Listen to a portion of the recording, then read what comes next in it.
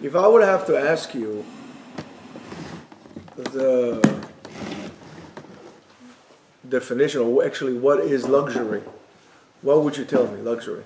What is luxury? What would society label things as luxury? Houses, cars, clothes, Something that's extra. You don't need.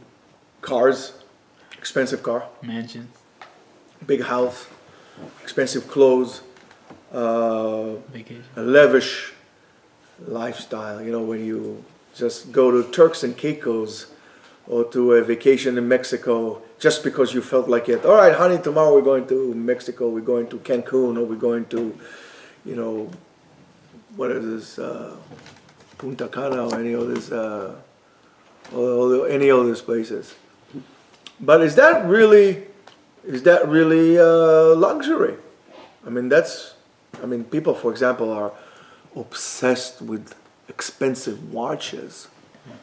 You know, watches will cost. I used to think that a watch that cost more than $100 is expensive, but you know, I came here and all of a sudden realized that $5,000 for a watch is not a big deal. And I was thinking, oh my goodness, $5,000. Then I realized that some people that I actually saw wearing on their hands $50,000, $60,000, $80,000 watch,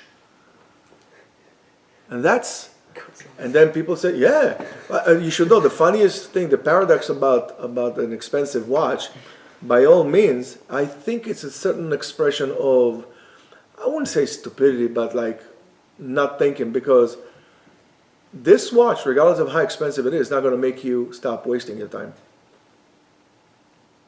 You're going to waste your time just as much if you have a $50,000 watch or you have no watch. But is that really luxury? What would you consider to be luxury? I think that what we think, or what society, or what we allowed society to define for us, again, this is what society defined for us as luxury, is actually a false sense of luxury. And I want to give you a different maybe look about what luxury is, so you could really appreciate what you have. So if I have to tell you what luxury is, I will tell you, for example, luxury is to have a freedom to choose. When you could choose things for yourself, when you could choose what you want to do, what kind of life do you want to yourself, that's luxury. Not to go to a place that society defines, and if you go there, it's luxury.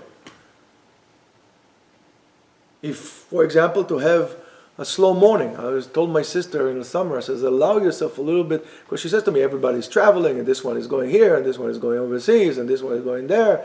I said, as far as I'm concerned, they're fools. I mean, you're going, let's say you go to Greece, or you go to this thing, what are you going to do all day long? Sit in the sun, fry yourself, run from one place to another, go. That's not luxury. You know, I think luxury, if you want luxury, is to sit down on your balcony, have yourself a little lemonade in the morning, and take a very slow morning. When you're on vacation, you don't have to run anywhere.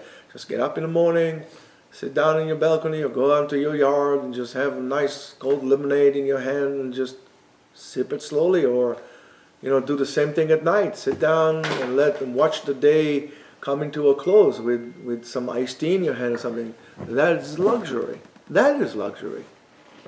Not going to, you know, attractions and going from one place to another. That's not, as far as I'm concerned, not luxury. I think to have a good night's sleep is a form of luxury.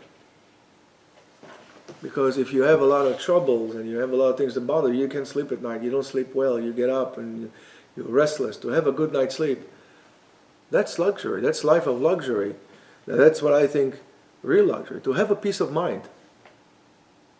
And you have peace of mind only because you come to terms with yourself. In other words, you can only have a peace of mind if you become truthful for who you are and what you are. Or why you're doing what you're doing. Then you can have a peace of mind. In other words, peace of mind is internal harmony. But when there is conflicting movements in yourself of who you are and what you want to be, or what you want to be, or what you want to do, what you're actually doing, when you have this ongoing cognitive dissonance that tears you apart, you don't have a peace of mind. So to have a peace of mind, to be to have that. That's what I think is real luxury. We think that having luxury is to have those exciting things, to go to water park and to slide and to do all these, things. And I think real luxury is it's okay to have a calm, what people will call boring day. That's real luxury, that you could afford yourself to chill out. To be able to sit down and, let's say, read a book. Take a novel and read a book. Go to make your own bucket list of 100 books that you have to read and start reading all those things that you sit down to read. Just to be able to afford to do so, not to be in the rat race. Well, I have to go from here to there to do this, to do this, to do this. I don't like it myself. I don't like this kind of lifestyle. To be able to sit down and to read and have yourself a nice cup of tea or a cup of coffee. Just take it easy.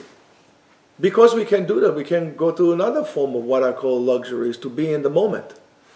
I can never be in the moment. I always have to go from one place to another, running and jumping and doing. And I'm not saying not being active asiyah and active doing, but I'm talking about something completely different. In order for you to really do what you need to do, you need to be present in the moment. To be in the moment, to be right now where you are.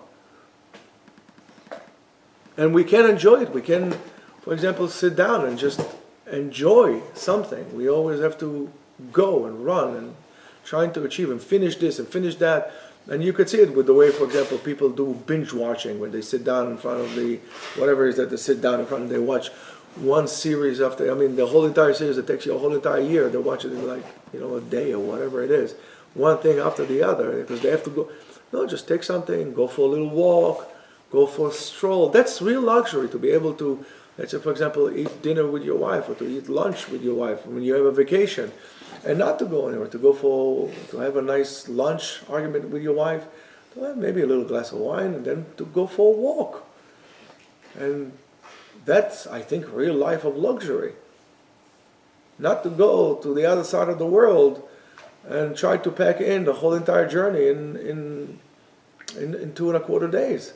That's not luxury. You might go on a luxury boat, but I don't think anything luxurious about this boat, because your house, for all you know, is much more luxurious than that.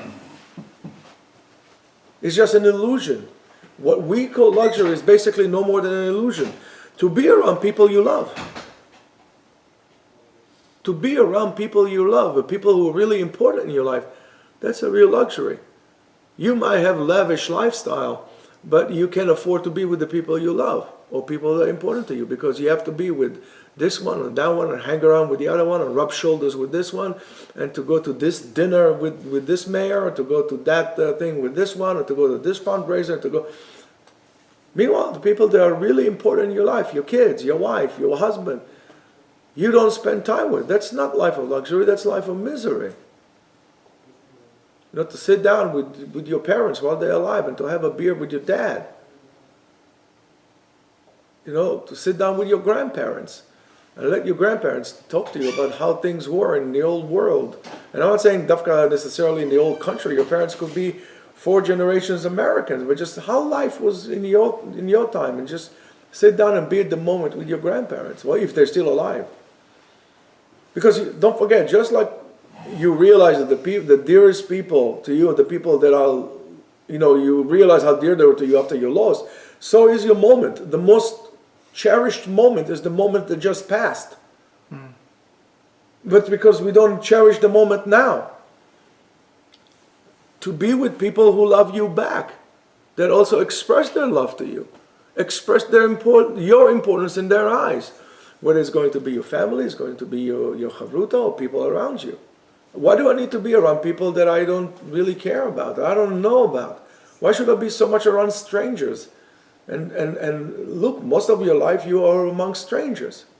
You go to work. You work most of the time with people who are strangers to you. They don't really care about you. And if you're gone, or your job is being terminated, They're not even going to think about you 5 minutes after the door hits you.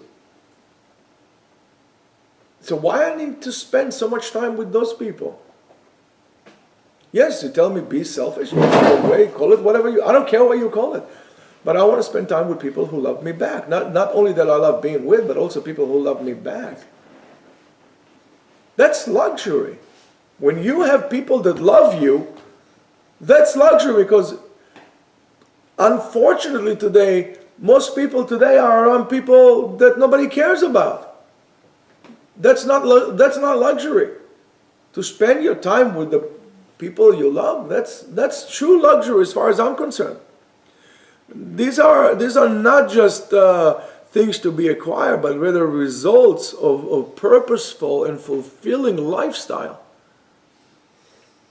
If you don't live a purposeful and fulfilling lifestyles, that's not going to happen to you, because you can buy this peace of mind. You can buy love. You can buy a slow morning. You can buy a sunset with your wife. You can't buy it. That's a decision that you have to make, and you'll be able to enjoy a sunset with your wife when you see a purpose of your marriage, and there is meaning to your marriage. And if there's meaning to your marriage, you just don't have to go on a cruise to Alaska. All you got to do is to be with your wife and spend an afternoon with her, and just enjoy the moment, enjoy each other for who you are. Now that is true luxury. I think maybe it should give you some, food for thought about how you and what you define your life to be. Have a nice day.